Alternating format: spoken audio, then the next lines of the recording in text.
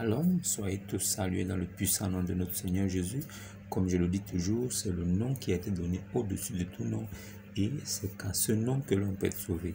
Bien-aimés en Jésus, croyant de la parole de Dieu, de la parole de Christ, soyez salués et que le salut soit votre partage et que la Pâque aussi soit votre partage de là où vous êtes et que l'Esprit de Dieu vous touche aussi de là où vous êtes et que vous sachez que la parole de Dieu est encore vivante parce que Dieu vit encore au siècle des siècles. Jésus-Christ a dit il est le vivant au siècle des siècles. Alors celui qui croit encore en sa parole en ce moment est sauvé. Pour être sauvé, il faut juste croire et prendre son baptême. Bien aimé, j'aimerais vous parler de quelque chose.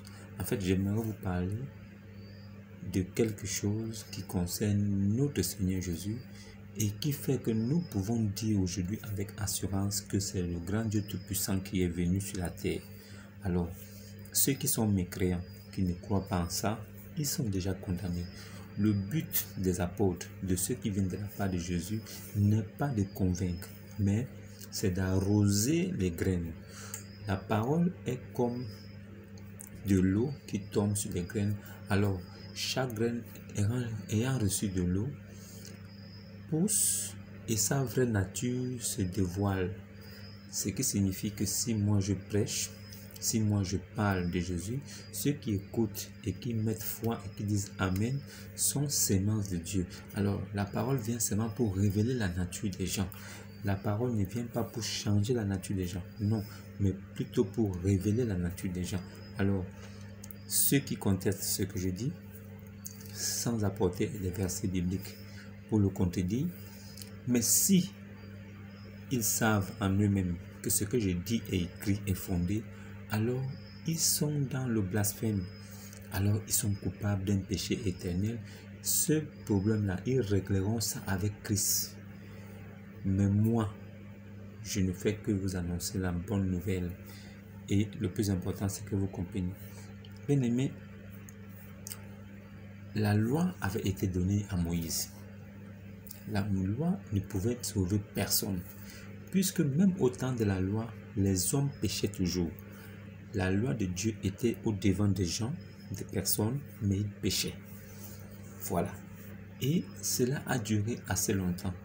Dieu, sachant que son peuple, condamné par le péché d'Adam, et que la loi n'arrivait pas à recalibrer les gens n'arrivaient pas à être droits, à marcher dans la droiture à cause de la loi, alors que la loi était claire et nette, mais les hommes ne pouvaient respecter ça. Et jusqu'à présent, même à notre époque, il n'y a pas un homme sur la terre qui peut respecter la loi complètement. Voilà pourquoi la loi ne pouvait sauver personne. La loi en cette époque n'avait sauvé personne. Et la loi était comme un gage des choses à faire, des ordonnances à faire de la part de l'Éternel pour pouvoir être en sa présence. Être en la présence de Dieu, ça veut dire quoi? Ça veut dire que pouvoir être celui qui parle, qui le prie ou qui l'adore et il t'écoute. Si tu es privé de la présence de Dieu, ça veut dire que tu peux prier, jeûner, faire tout ce que tu peux. Cela n'aboutira à rien parce que tu es éloigné de sa face. Voilà, donc ces choses-là étaient faites pour rapprocher l'homme de Dieu, pour qu'il puisse écouter les prières. Mais cela ne suffisait pas parce que les gens péchaient. Les gens ne commettaient pas l'acte, mais ils péchaient en pensée. Les gens péchaient dans leur imagination. Ça veut dire que les gens pensaient faire des choses, mais comme ils étaient sur le joug de la loi, ils ne le faisaient pas. Alors pour eux, ils ne péchaient pas parce qu'ils ne commettaient pas l'acte.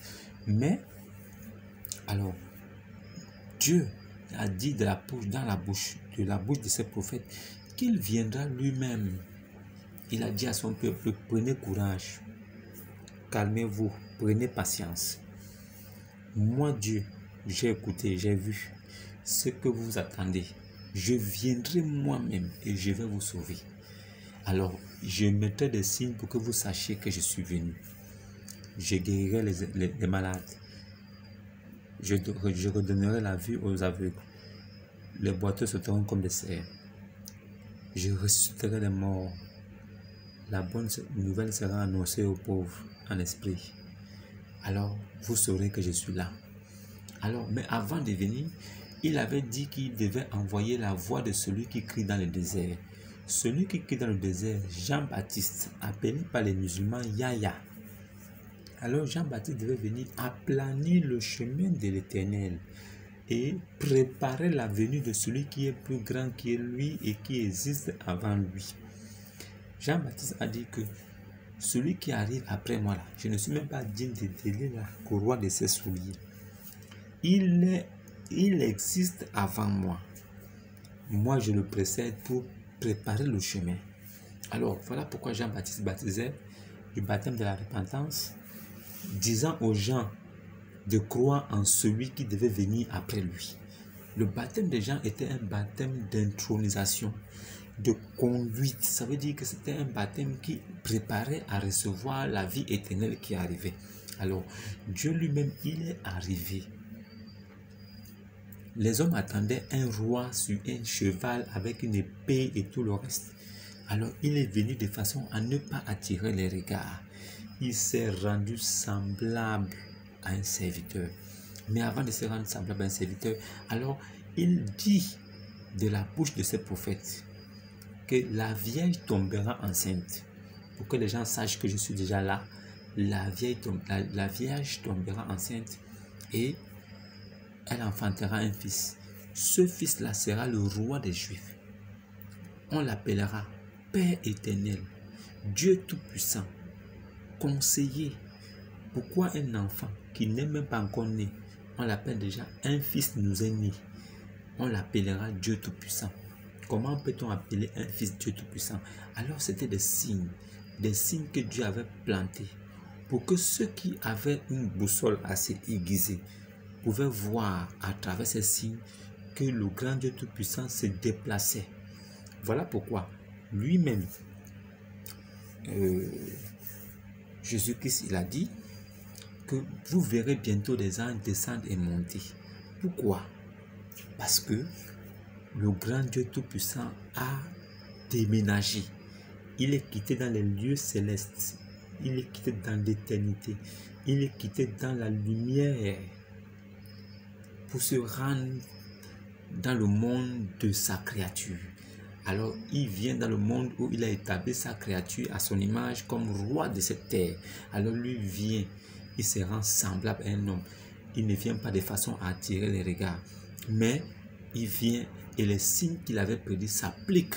Ceux qui avaient le discernement avaient compris que c'était lui qui était venu. Maintenant, la Vierge tombe enceinte, la Vierge mit au monde un enfant qui naît dans une bergerie. Pourquoi la bergerie? Parce que dans la bergerie, c'est le signe qui montre que c'est l'agneau de Dieu qui vient pour le sacrifice. Alors Dieu lui-même prend un corps chair, il rentre dans le monde, mais il vient pour le sacrifice ultime pour sauver les péchés de ses enfants. Puisque nul autre n'était trouvé assez pur pour porter les péchés. Il n'y avait que le Créateur lui-même qui était capable de faire un tel exploit. Sachant que lui-même il est saint, saint, saint, 3 fois, il est pur, il est sans péché. Alors il vient lui-même se donner en sacrifice sans tache, sans ride, sans défaut. Alors il vit, il grandit, il est charpentier, il annonçait déjà la parole étant petit, il faisait déjà des miracles étant petit. Mais à l'âge de 30 ans, il a commencé son ministère. Il alla vers Jean-Baptiste, il demanda à Jean-Baptiste de le baptiser, mais Jean-Baptiste dit, voici l'agneau qui enlève le péché du monde. Parce que Jean-Baptiste parlait de l'agneau qui enlève le péché du monde parce que Jean-Baptiste se référait aux Écritures. Jean-Baptiste connaissait les Écritures, les Saintes Écritures, et il savait ce que le prophète Ésaïe avait déjà dit et le prophète Élie. Alors, Jean-Baptiste, connaissant ces choses-là, il dit, voici l'agneau de Dieu qui enlève le péché du monde. Le grand Dieu tout-puissant qui s'est fait agneau pour venir mourir pour les péchés de ses enfants, de ses brebis, c'est lui qui est l'agneau qui est là. Alors, Jésus vint à lui et dit, baptise-moi. Il dit, je ne peux pas le faire. Jésus-Christ dit, laisse faire, afin que ça accomplisse ce qui est écrit. Alors, après Jésus, le baptême de Jean-Baptiste a disparu. Parce que les gens ne pouvaient plus aller se faire baptiser par Jean-Baptiste, mais ils devaient maintenant prendre le baptême de Christ. Le baptême de Christ, c'était quoi? D'accepter que Dieu est venu. ce qui était contesté par les Juifs. Pourquoi Jésus meurt? Il meurt parce que ce qu'il dit, c'est un docteur de la loi et des Écritures avait compris réellement ce que Jésus voulait dire. Quand il disait qu'il est le Fils de Dieu, ça veut dire l'Esprit éternel, Christ a pris un corps d'homme et est rentré sur la terre. C'est ce que ça signifie. Et voilà pourquoi les Juifs cherchaient à le faire tuer. Parce que lui, un homme, il veut s'égaliser à Dieu. Lui, un homme, il se rend égal à Dieu. Et l'Écriture est simple, dit, il est rentré dans le monde. Il n'avait ni éclat ni beauté. Il a pris une forme de serviteur, se rendant égal à l'homme. C'est-à-dire que égal à Dieu, c'est-à-dire que étant semblable à Dieu, égal à Dieu, il s'est fait homme. Il s'est rendu semblable à un simple serviteur. Simple. Pourquoi tout ça? Pour que l'homme comprenne que le royaume des cieux ne vient pas attirer les regards. Mais, quand vous suivez bien les Écritures et que vous écoutez, vous comprenez, Jean-Baptiste disait, répentez-vous, le royaume des cieux est proche. Jean-Baptiste disait, répentez-vous, le royaume des cieux est proche. Alors, Jésus, quand il vient, il dit quoi? Le royaume des cieux est parmi vous. Alors, Jean-Baptiste, qu'est-ce qu'il a fait? Il a aplani et il a préparé le chemin de l'Éternel. Et quand l'Éternel était arrivé, l'Éternel a dit aux hommes qui étaient là que je suis là. C'est ces choses-là qui faisaient que les hommes cherchaient toujours à le tuer. Et jusqu'au niveau où ils ont dit non, eux ils respectent la loi. Certains pharisiens disaient qu'eux ils respectaient la loi et ils n'avaient jamais péché. Alors Dieu leur dit, Jésus-Christ leur dit, je vous dis en vérité, celui qui a même déjà regardé et a pensé dans sa tête avoir fait, a commis l'acte, il est coupable comme celui qui a commis l'acte. Alors c'est tout ça qui énervait les pharisiens au point où ils voulaient le faire disparaître. Pourquoi? C'était leur orgueil mal placé. C'était leur gloire devant les hommes qui venaient d'être détruits. En fait, Jésus venait les détruire et ils se rendaient compte qu'ils n'étaient pas différents de ceux qu'eux-mêmes ils condamnaient. Parce que ce que les personnes faisaient pas en acte, eux ils le faisaient en pensée. Mais comme ce n'était pas visible des hommes, alors ils se glorifiaient devant les hommes. Jésus est venu les briser ça en leur faisant comprendre que vous pensez, vous ne faites pas. Parce que vous vous sentez trop digne et vous avez peur d'être déchu, ou bien vous avez peur que les gens disent n'importe quoi sur vous parce que vous avez une certaine statut. Mais sinon, ce qu'eux ils font là, ils le font parce qu'eux se sentent libres. Mais vous vous sentez emprisonné par les charges et l'autorité que vous avez. Mais sinon, vous pensez aussi faire les choses qu'ils font. Alors, vous êtes aussi coupable qu'eux. C'est pour ça qu'ils voulaient le faire disparaître. Et c'est pour ça qu'ils devaient le faire disparaître. Parce que Jésus-Christ avait déjà tout prévu. Et ces choses devaient arriver. Le dessein et le plan de Dieu étaient déjà comme ça. Voilà pourquoi il fallait que ces choses s'accomplissent. Afin que ce que les prophètes avaient dit arrive, que les hommes voient qu'effectivement les prophètes de Dieu qui avaient prophétisé avaient dit vrai. Pourquoi? Ce que Dieu dit, c'est la vérité. Voilà pourquoi Jésus-Christ est la parole de vérité. Il est le chemin de la vie. Il a dit nul ne vient Père. Il n'a pas dit nul ne part. Nul ne vient parce qu'il est la seule porte. C'est en acceptant ce qu'il est.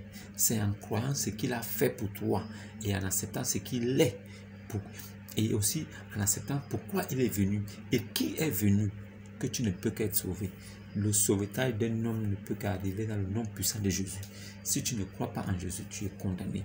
Et sachez une chose, tout ce qui arrive à l'homme arrive parce que c'est la volonté de Dieu. Alors, l'homme prie, c'est bien. Si tu pries, il faut continuer. La prière éloigne le mal de l'homme. Pourquoi? La prière fait que c'est comme tu peux être avec ton père. Alors, ton père, il décide de ce qui se passe dans la maison. Ton père ramène les meubles à la maison. Il ne t'a jamais demandé que mon fils, est-ce que le meuble là te plaît pour que je ramène ça à la maison? Non. Les choses que ton père achète à la maison là, il ne te demande pas. Il fait selon sa volonté. Mais toi, le fils, il y a des moments où tu peux dire, papa, moi je veux la basket qui est comme ça, je veux que tu m'achètes ça. Et ton père te dit, attends, je te l'achèterai. Alors, il attend quand il aura une petite entrée, il te remet l'argent, il dit, tiens mon fils, va acheter la basket que tu voulais acheter là. Il le fait pourquoi? Ce n'est plus sa volonté qui est faite, mais c'est la volonté de son fils. Mais comme tu es son fils, tu le connais, tu connais son nom, tu connais que papa s'appelle tel. Alors tu lui as demandé. Et comme il a compris que c'est son fils qui lui a demandé, il te donne. Pas tout de suite, pas demain, peut-être après-demain. Mais s'il te donne, ça veut dire qu'il sait que tu es son fils. Et il te donne parce qu'il sait que son fils en a besoin. Alors quand tu vas acheter, ce n'est pas sa volonté qui est accomplie, mais c'est ta volonté, toi, en tant que fils. Parce que tu as hérité de la foi à travers Abraham. Dieu était ami d'Abraham. Abraham était l'ami de Dieu. Alors si Abraham était l'ami de Dieu et que toi aussi, tu as la même foi qu'Abraham, tu deviens ami de Dieu. Ça veut dire que tu peux faire des demandes à Dieu. Abraham avait fait une demande à Dieu. Abraham avait dit à Dieu que Ismaël vive devant ta face.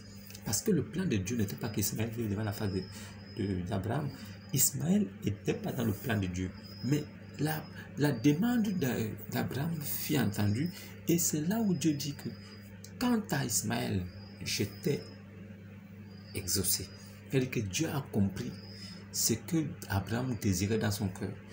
Dieu lui a dit, quant à lui là, je t'ai exaucé. C'est-à-dire que je le rendais fécond, je le multiplierai et tout et tout et tout. D'accord. Mais en ce qui concerne ma sémence, en ce qui concerne mes enfants, ce qui vient de moi, la sémence là, que toi tu portes en toi, Abraham, c'est d'Isaac que moi je vais établir mon alliance. Ça veut dire qu'après toi là, l'alliance continuera avec Isaac et Jacob. C'est tout. Mais un homme peut avoir les bénédictions de la terre, mais n'est pas être enfant de Dieu. Vous pouvez avoir les richesses de la terre, toutes ces choses, mais ne pas être un enfant de Dieu. Donc, ne confondez pas les bénédictions que nous, les païens, ont et être une sémence de Dieu. Vous pouvez avoir des bénédictions, être immensement riche, mais ne pas être sémence de Dieu. Vous pouvez être béni. Les hommes vous envient, les hommes vous regardent avec admiration, mais vous êtes un fils de la perdition. Ça veut dire que pour être sauvé, en ce qui concerne nous les païens, il faut croire en Abraham. Il faut croire qu'Abraham a vécu. Abraham était un vrai prophète de Dieu. Tu dois croire en tout ça. Tu dois croire que Moïse est venu et qu'il avait apporté la loi. Tu dois croire en tout ça. Tu dois croire que Moïse a donné la loi et que Moïse a dit de sa bouche que Dieu a dit qu'il suscitera un prophète parmi le peuple juif, un prophète comme Moïse dans le même peuple juif. Tu dois croire en tout ça. Tu dois croire que Dieu, sa parole est la vérité. Tu dois croire à la Torah et l'évangile. Tu dois accepter tout ce que Dieu attend de toi dans ces livres-là. Tu dois croire que Jésus est venu. Tu dois croire que Jésus est le Fils de Dieu. Tu dois croire que Jésus est le Messie. Tu dois croire que Jésus est venu mourir pour tes péchés. Tu dois croire en tout ça. Alors si tu crois en la parole, tu prends ton baptême au nom de Jésus, alors tu es sauvé. Tu obtiens le salut que Israël a déjà obtenu. C'est un salut éternel que tu ne perdras jamais, quoi qu'il arrive. Alors tu es passé de la mort à la vie. Tu ne viendras point en jugement et tu es sanctifié et purifié. Tu hérites du royaume de Dieu avec Jésus-Christ. C'est terminé. Il n'y a plus rien à faire. Voilà pourquoi il est important que vous sachiez que Dieu lui-même a pris l'initiative de venir. Ce n'est pas un homme qui lui a dit. Ce n'est pas un homme qui lui a conseillé. Alors lui-même Dieu, il a décidé de venir. Et quand il vient, ce qu'il veut faire, il n'y a pas un homme sur la terre qui peut dire pourquoi tu fais ça, pourquoi tu n'as pas fait ça. C'est pourquoi aujourd'hui, quand quelque chose vous arrive, si vous avez un malheur qui vous arrive, ne pensez jamais, jamais que ce malheur vienne seul. Ce malheur vient parce que Dieu le permet. Alors restez dans la prière sans cesse. Croyez en moi, croyez en Jésus. Et sachez que la parole de Dieu est toujours vivante. Dieu vit à travers sa parole. Là où sa parole est annoncée, il est sans sa parole. Il veille à ce que sa parole a dit s'accomplisse toujours. Il a dit là où 2 ou 3 sont assemblés à mon nom, je suis là. Il a brisé et il a déchiré le voile. Quel voile? Le voile qui séparait le lieu saint, là où se trouvait l'arche et le sacrificateur. Ça veut dire qu'il y avait entre Dieu et les hommes, je peux dire quoi? Une séparation. Nous étions séparés de Dieu par un voile. Et c'est le sacrificateur seulement qui pouvait rentrer, aller parler à Dieu et ressortir. Alors, quand Jésus vient, il a tout accompli. Il s'est rendu lui-même agneau, sacrificateur. Alors, il a brisé, il a déchiré le voile, afin que nous, en croyant en sa mort, en croyant en lui, nous devenons aussi des sacrificateurs.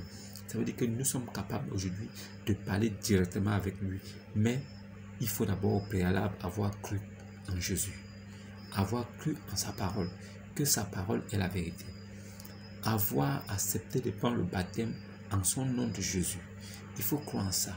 Et après ça, Maintenant, si vous devenez enfant de Dieu, vous pouvez maintenant parler avec votre Père. Il vous écoutera, il vous exaucera. Voilà pourquoi il a dit, ceux qui veulent me prier, si vous êtes mes enfants et que vous voulez me prier, vous voulez me demander quelque chose, allez dans le lieu secret, demandez-le en cachette. Ce que vous direz là-bas, moi qui suis votre Père dans le lieu secret, j'écouterai et je vous exaucerai. C'est comme ça. Jésus-Christ, c'est Dieu lui-même tout-puissant qui a pris un corps chair et qui est rentré dans la terre. Il est venu pour mourir pour ses enfants. Alors, il a accompli le sacrifice ultime pour nous qui devons croire pour être sauvés. Alors, voilà pourquoi je dis, il n'est pas donné à tout le monde de croire, parce que l'enfer n'a pas été créé aussi pour rien. L'enfer a été créé pour abriter des habitants. Donc, le paradis et l'enfer, ce sont deux lieux, et il y en a qui iront au paradis, il y en a qui iront en enfer. On ne peut rien faire pour ça. Celui qui doit aller au paradis, on n'a pas besoin de trop prier pour lui. Il ira. Celui qui doit aller en enfer, on n'a même pas besoin de prier pour lui. Il ira. Même si on fait 100 prières, il ira. Voilà pourquoi faites très attention. Faites très attention en ce qui concerne le Seigneur Jésus. C'est la base même de la foi. Si tu ne crois pas en Jésus, si tu ne crois pas qu'il est venu lui-même, qui est venu, si tu ne crois pas que Dieu Tout-Puissant a laissé sa place d'éternité, il est venu lui-même. Voilà pourquoi il a dit que nul n'est monté, ce serait celui qui est descendu, le Fils de l'homme qui est dans les cieux. Voilà pourquoi il a dit que, oh Dieu, ton Dieu t'a oint d'une huile au-dessus de tout. C'est-à-dire que Jésus-Christ a été oint par Dieu, lui-même Dieu étant oint par Dieu pour avoir, et c'est voilà pourquoi il a reçu ce nom qui est au-dessus de tout nom, que en ce nom seulement, tout genou fléchit dans les cieux, sur la terre et partout dans l'univers. Alors s'il y a quelqu'un qui est dans les cieux, qui s'appelle Dieu, quand le nom de Jésus est prononcé, il fléchit aussi les genoux, parce que ce nom-là a dit, il n'y a pas d'exception. Tout le monde fléchit, même les anges. S'il y a Dieu, il fléchit. Le nom de Jésus, c'est le nom de Dieu. Voilà pourquoi ce nom est accompagné de Christ. Jésus-Christ. Pourquoi Christ? Parce que l'Esprit Christ, c'est l'Esprit éternel qui s'est mouvait au-dessus des eaux. Cet Esprit éternel qui a quitté l'éternité, qui est venu sur la terre. Jésus-Christ, homme, avait l'Esprit de Dieu en lui. Il avait l'Esprit éternel en lui. Il avait l'Esprit messial en lui. Il n'y a pas un homme sur la terre. Il n'y a pas un Dieu sur la terre qui a fait autant de miracles comme Jésus. Jésus a fait des miracles pour que nous, ses enfants, nous croyons en lui. Il a vaincu la mort pour que nous sachions que si lui, Dieu, il est capable de tenir la mort entre les mains, nous qui croyons en lui, si nous mourons demain, il tiendra la mort pour nous aussi. C'est parce que lui, il est ressuscité des morts que moi, j'ai la foi que je vais aussi ressusciter des morts. Voilà pourquoi tous ceux qui sont croyants, tous ceux qui sont chrétiens, ne connaîtront jamais la mort de l'âme. Jamais. C'est la seconde mort, c'est la perdition, c'est la mort définitive. Aucun chrétien ne connaîtra ça. Mais beaucoup d'autres religieux connaîtront ces choses-là parce que leur Dieu leur a promis la mort éternelle, la mort de l'âme. Et ils croient un Dieu qui va les amener en enfer et c'est là-bas il va les délivrer. Nous savons dès notre vivant, pendant que nous sommes vivants, que nous sommes déjà sauvés. Nous savons que nous avons déjà hérité avec notre Père. On ne discute rien avec personne. Celui qui ne croit pas en Jésus, il est condamné. Même vivant, il est déjà mort. C'est moi qui vous dis, ce n'est pas une discussion. C'est un fait accompli. C'est écrit noir sur blanc. Il n'y a pas besoin de chercher à savoir. Si un livre est venu 600 ans ou 500 ans plus tard pour venir dire que le livre qui est là depuis au commencement du monde, ce livre-là est faux, ou bien des choses à l'intérieur qui sont fausses, je pense que c'est nous qui devons plutôt aller vers le livre qui est venu des siècles plus tard, aller vérifier si quelque chose n'est pas faux à l'intérieur. Vous ne pouvez pas venir vous appuyer sur ce qui est la base, le fondement, et dire que c'est le fondement qui est faux. Vous qui venez d'arriver, on ne sait pas de vous sortir, c'est vous qui êtes maintenant vrai. Alors, vous voulez mettre en cause le livre qui est là avant vous? Pourquoi les histoires qui sont dans ce livre-là se retrouvent dans votre livre? Pourquoi n'avez-vous pas fabriqué votre propre livre avec votre propre histoire? Pourquoi les prophètes qui sont dans ce livre se retrouvent dans votre livre? Fabriquez vos prophètes à vous, dans votre monde à vous. Ne prenez pas les prophètes de la Torah et de l'Évangile, vous les collez à votre livre et vous dites que c'est votre livre qui est authentique. Non, je pense que pour vérifier si un bien est faux ou bien si quelque chose est fausse, il est d'abord normal de prendre l'original et de poser. Et c'est d'après l'original qu'on compare. Voilà, on ne peut pas prendre quelque chose qui est là, qui est venu hier, on va dire que c'est l'original, alors que l'original est là depuis des siècles. On prend l'original et c'est sur l'original qu'on fait la comparaison pour voir qui est faux. Qu'on voit ce qui s'est ajouté dans le nouveau qui est faux. C'est l'original qui corrige le nouveau. C'est comme ça. C'est l'ancien qui est là depuis qui corrige le nouveau parce que c'est l'ancien qui a la fondation même. Voilà. Voilà pourquoi je ne peux pas croire à un livre comme celui-là, qui n'a ni tête ni queue. Un livre dont le prophète est mort avec son Dieu. Son prophète est mort, le Dieu est mort, le prophète n'est pas ressuscité. Même dans son livre, le prophète ne ressuscite pas. Le Dieu de ce livre ne ressuscite pas son prophète. Mais il ressuscite un Dieu, un prophète menteur. Un prophète qui n'a que fait un faux semblant de mourir. Mais c'est lui qui est ressuscité. C'est lui qu'on accorde l'immortalité. C'est lui qu'on élève au ciel. Mais le prophète authentique de ce livre-là, pourquoi on le laisse au sol? Pourquoi on n'accorde pas aussi l'immortalité? Pourquoi on ne le lève pas au ciel? Le même livre encore en même temps dit que c'est celui, le menteur, le prophète menteur là qui viendra juger. Pourquoi le même livre là avec son Dieu ne peut pas dire que c'est mon prophète à moi qui jugera? Parce que c'est son livre. Non, c'est le livre c'est le menteur, le prophète menteur qui viendra juger encore dans son livre. Et vous suivez ça. Vous êtes où les gars? Non, laissez ça. Revenez à Jésus. Revenez à Jésus. Il a dit le chemin, la vérité, la vie. Celui qui croit en lui est sauvé. Celui qui ne croit pas est perdu. Donc, il a déjà parlé, c'est pas moi. Si vous écoutez ce qu'il a dit, c'est bon. N'écoutez pas aussi. N'oubliez pas de vous abonner, de liker. Il est important. Et sachez une chose, c'est que quelle qu'en soit la vie d'un chrétien, quelle qu'en soit la vie d'un serviteur de Dieu, quel qu'en soit son degré de rapprochement avec Dieu, il connaîtra aussi la souffrance, il connaîtra aussi tous les problèmes du monde, il connaîtra tous les problèmes de la société, il connaîtra toutes les douleurs que tous les hommes connaissent. Mais la différence avec lui, c'est qu'il sait pourquoi ces choses arrivent et il peut mieux les gérer et il est au-dessus de toutes ces choses. C'est la différence. Parce que lui, il a l'esprit de Dieu. Alors, les choses de la chair n'ont pas trop d'emprise sur lui, mais c'est vrai qu'il est compatis, il ressent, mais il est au-dessus. Le plus important, c'est toujours d'être au-dessus de ce qu'on subit, de ce qu'on traverse. Si vous êtes au-dessus de tout ce que vous traversez, vous allez toujours gagner. Vous serez toujours vainqueur. Toujours vainqueur parce que vous êtes au-dessus de tout ce qui peut se passer. Voilà pourquoi nous sommes plus que vainqueurs en celui qui nous a... Voilà. Nous sommes plus que vainqueurs en celui qui nous a délivrés, qui nous a sauvés. Il a fait couler son sang pour nous. Nous sommes plus que vainqueurs. Voilà pourquoi toutes les choses de la terre doivent être en dessous de nous. Nous sommes vainqueurs de la vie sur terre. C'est ça le chrétien. Le chrétien est le vainqueur.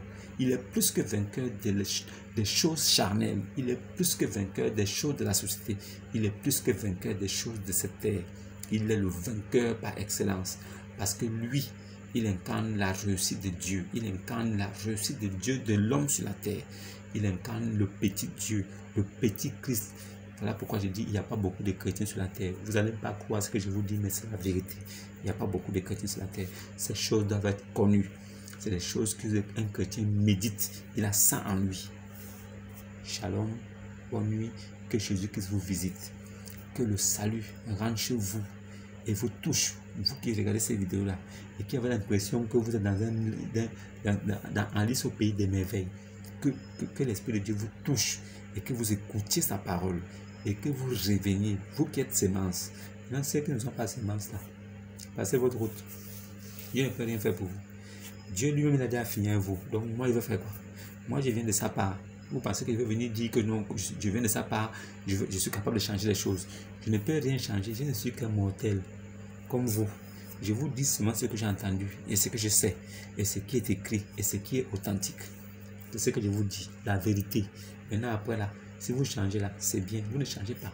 Restez tel que vous êtes. Moi, je vous aime comme ça. Nous sommes tous des hommes. On doit s'aimer tel que nous sommes. Mais la vérité, c'est qu'il y en a qui iront en enfer, mais il y en a qui iront au paradis.